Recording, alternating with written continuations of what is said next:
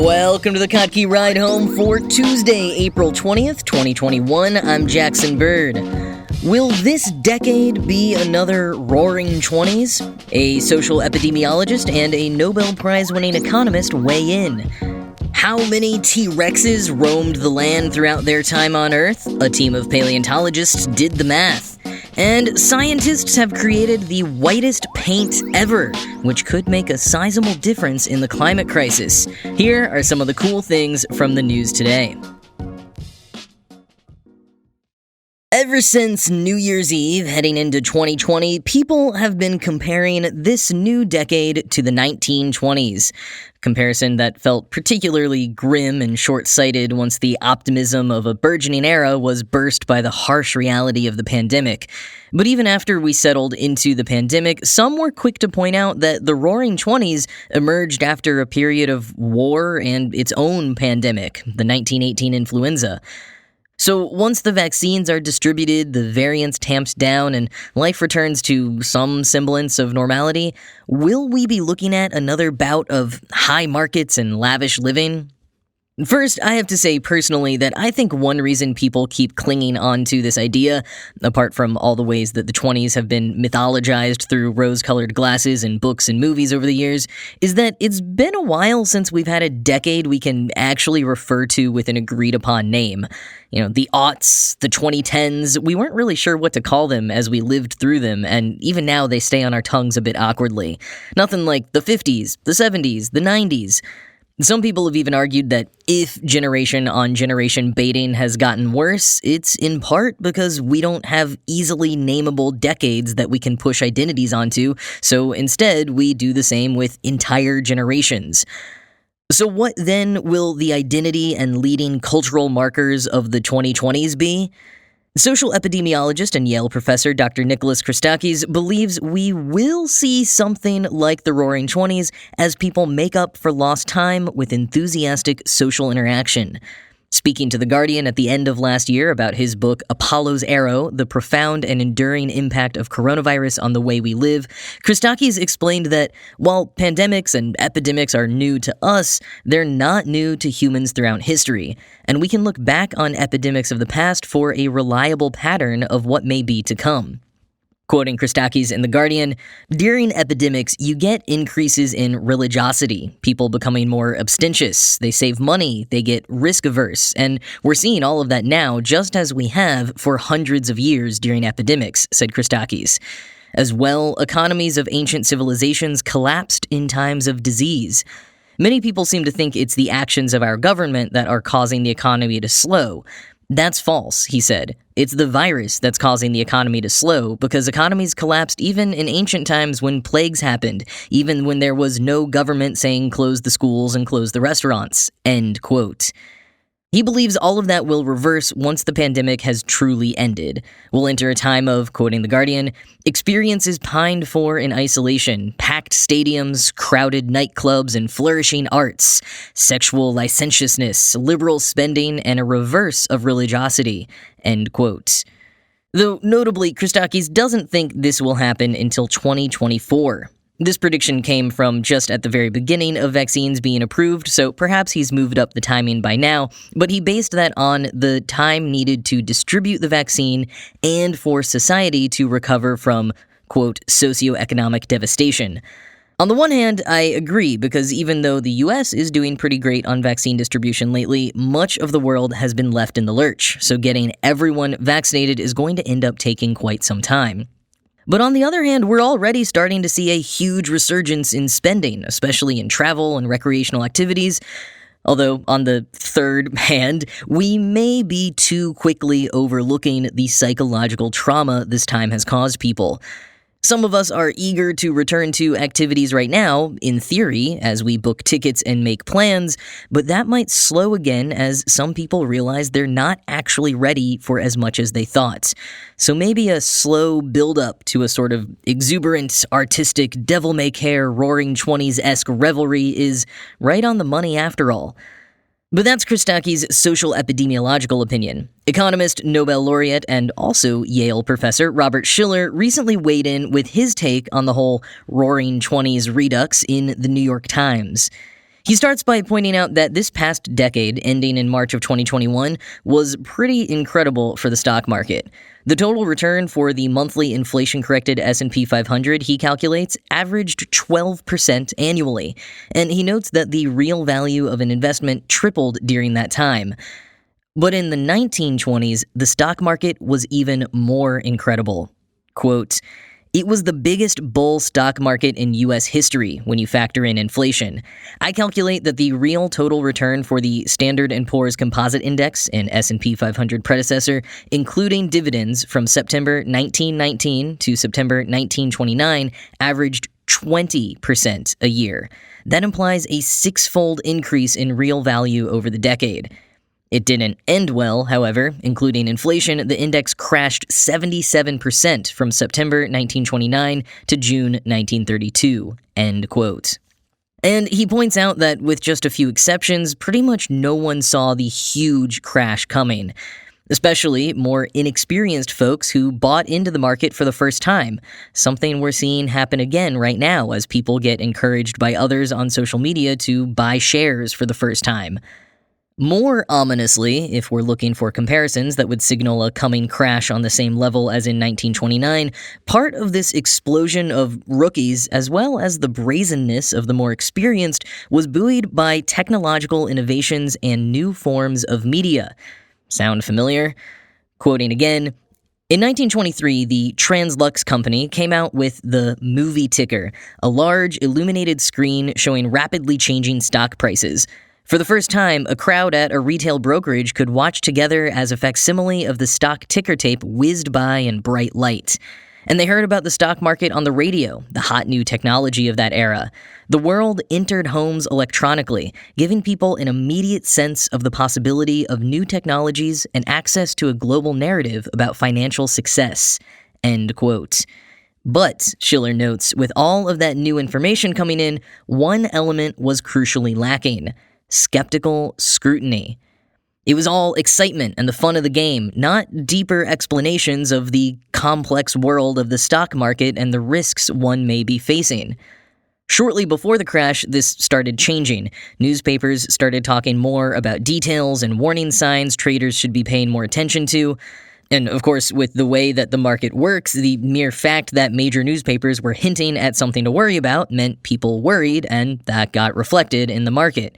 And it kept ramping up, more and more articles posting warnings, and even a hit song by Eddie Cantor about losing money in the stocks, something that feels eerily like the 1920s equivalent of meme stocks.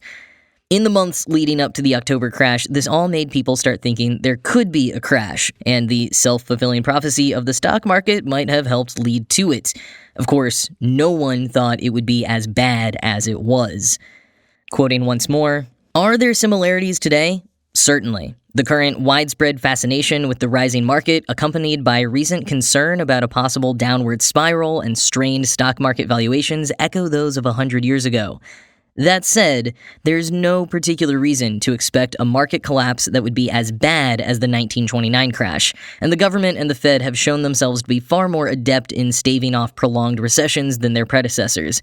But we shouldn't be surprised if uncomfortable feelings about the market grow to unmanageable proportions, leading eventually to a major stock market decline." End quote. So, especially with the protections put in place throughout the 20th century after the Great Depression, and hindsight being what it is, perhaps we'll see some hints of the Roaring '20s, but be able to stave off some of the worst aspects of the decade. So maybe less of a roar and more a measured rumble.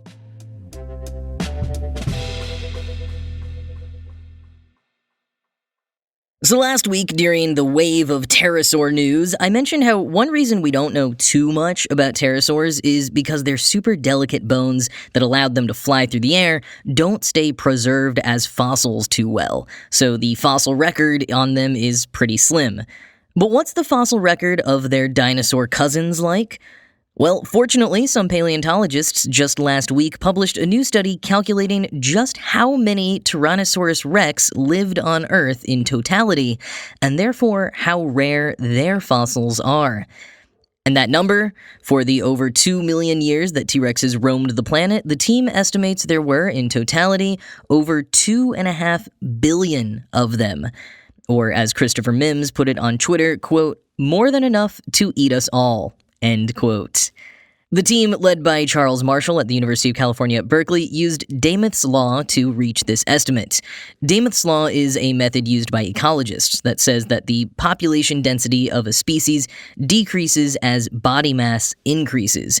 So one might suppose there would have been more of the smaller species of pterosaurs, like the monkey dactyl, than there were huge T-Rexes. Quoting Nature, the team used its estimates of the total range of T-Rex across modern North America, combined with estimates of the dinosaur's body mass, to calculate that at any one time, around 20,000 T-Rex would have been alive on the planet. That translates to around 3,800 T-Rex in an area the size of California, or just 2 T-Rex patrolling Washington, D.C. Calculating that T-Rex survived for about 127,000 generations before becoming extinct, the researchers came up with a figure of 2.5 billion individuals over the species' entire existence. Only 32 adult T-Rex have been discovered as fossils, so the fossil record accounts for just 1 in about every 80 million T-Rex. This means that the chances of being fossilized, even for one of the largest ever carnivores, were vanishingly small.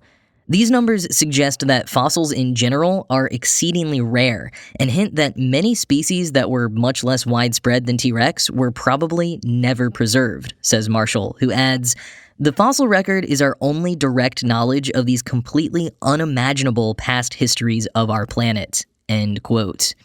Which makes you both super grateful for what we have and super curious about what else might have been around back then that we could never even dream of.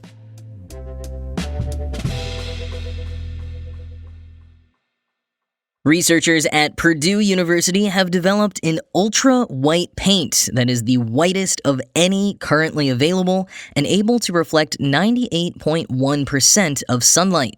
That's an improvement on their own record of a previous white paint they developed in 2020 that can reflect 95.5% of sunlight. Now, why does all this reflectability matter? What if you still prefer eggshell or water chestnut varieties of white paint, no matter what these scientists say? Well, it turns out it matters quite a bit when it comes to climate change. One energy-saving method that's been in use for a while in some major cities, like in New York and in California, is painting so-called cool roofs, which are roofs painted white. It's a pretty simple concept on the surface. White reflects light, black absorbs it, so light-colored roofs reflect the sunlight. The BBC notes that the exact benefits are still being investigated conclusively, but that initial studies do point to white roofs creating lower ambient temperatures, reducing energy demands, and even reducing the amount of water used for irrigation, because when the temperature is lower, there's less demand for water for landscaping. Lead researcher Professor Siu-Lin Ruan told the BBC, quote, "Commercially available white paints reflect between 80% and 90% of sunlight. It's a big deal because every 1% of reflectance you get translates to 10 watts per meter squared less heat from the sun. So if you were to use our paint to cover a roof area of about 1,000 square feet, or 93 square meters, we estimate you could get a cooling power of 10 kilowatts. That's more powerful than the central air conditioners used by most houses," he said. And that's a great comparison because while it might seem like we need to install more central air conditioners in places that don't usually use them as our summers grow longer and hotter, air conditioners are really one of the worst things that we could install energy-wise. Finding solutions like reflective surfaces are much more sustainable all around and plenty effective. Ruan cops that the paint wouldn't suffice on its own on a really hot day, but on less hot days, his team says even super hot places like Reno or Phoenix could save up to 80% on air conditioning costs.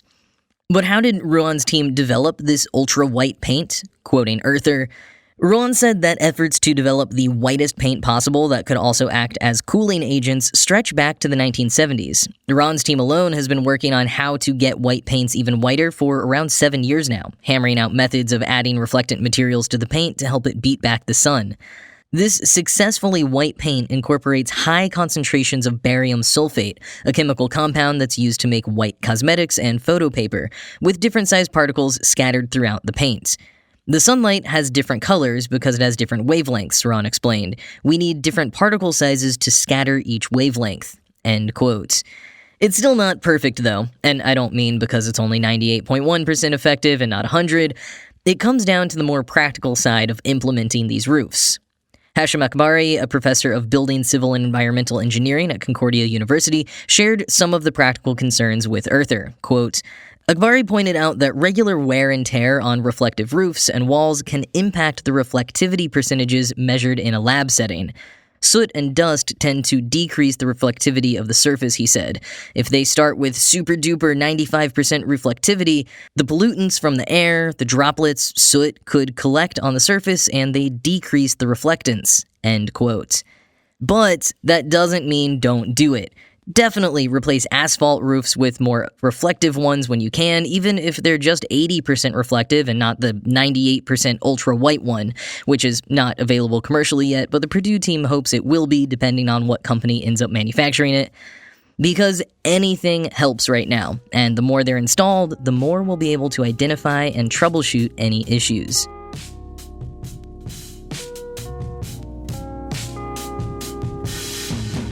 So the Season 2 trailer for Ted Lasso just dropped right before I started recording, and, I'm sure this drop was planned for months, given the big Apple event today, but honestly, I would also not be shocked if they rushed the release of the trailer, given the fact that the most dominating global sports news right now is about football team owners selfishly acting without regard for the community and spirit behind their teams, kind of the whole plot of the first season of Ted Lasso. And speaking of, if you missed it yesterday, I had on Tech Meme Ride Home host Brian McCullough to talk about the big Super League news. And I'll just say it really is something that feels bigger than just soccer, so give that conversation a listen if you didn't already. And also, Ted Lasso is more than just a show about soccer. So many people will tell you that at first they didn't give it a chance because they thought it was just a sports show. It is, but it's also really not. It's a fantastic show presenting healthy portrayals of masculinity and focusing on the power and importance of kindness. Season 2 drops July 23rd, so plenty of time to catch up on Season 1 if you want to. But that is it for today. As always, this show was produced by Ride Home Media and Kottke.org. I am Jackson Bird, and I will talk to you again tomorrow.